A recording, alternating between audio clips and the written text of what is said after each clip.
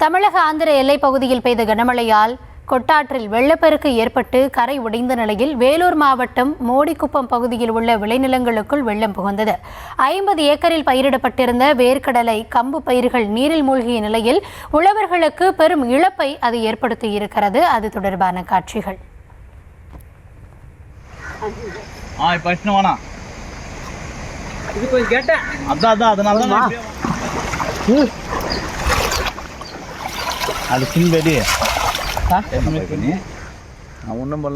கூடுதல் விவரங்களோடு நம்முடைய செய்தியாளர் சிதம்பரம் இணைந்திருக்கிறார். சிதம்பரம், கள நிலவரம் என்ன? வணக்கம். நிச்சயமாக வேலூர் மாவட்டம் குடியாத்தம் அடுத்த மோடிக்குப்பம் பகுதியில் 500க்கும் மேற்பட்ட குடும்பங்கள் வசித்து வருகின்றன. இங்க பெரும்பாலான விவசாயிகளை நம்பியே வாழ்ந்து வருகின்றனர்.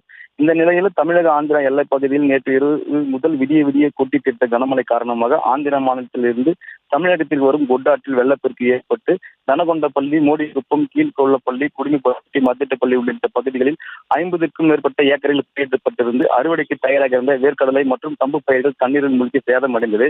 இதனை அப்பகுதியை சேர்ந்த விவசாயி ஒருவர் விவசாய நிலத்திற்கு செல்லும் போது விவசாய நிலத்தில் கழுத்தல் நீந்தியவர் சென்றார். தொடர்ந்து மழைக்காலங்களில் தமிழக ஆந்திர எல்லைப் பகுதியில் கனமழை பெய்து தமிழகத்திற்கு வரும் கொட்டாற்றில் வெள்ளப்பெருக்கு ஏற்பட்டு விவசாய பயிர்கள் தண்ணீரில் மூழ்கி சேதமடைவது தொடர்கதையாக உள்ளதாகவும், இதனால் விவசாயிகள் பெரும் பாதிப்புக்கு உள்ளாகி வருவதாகவும், தண்ணீரில் மூழ்கிய சேதமடைந்த பயிர்களுக்கு உரிய இழப்பீடு வழங்க வேண்டும் என விவசாயிகள் கோரிக்கை வைக்கின்றனர்.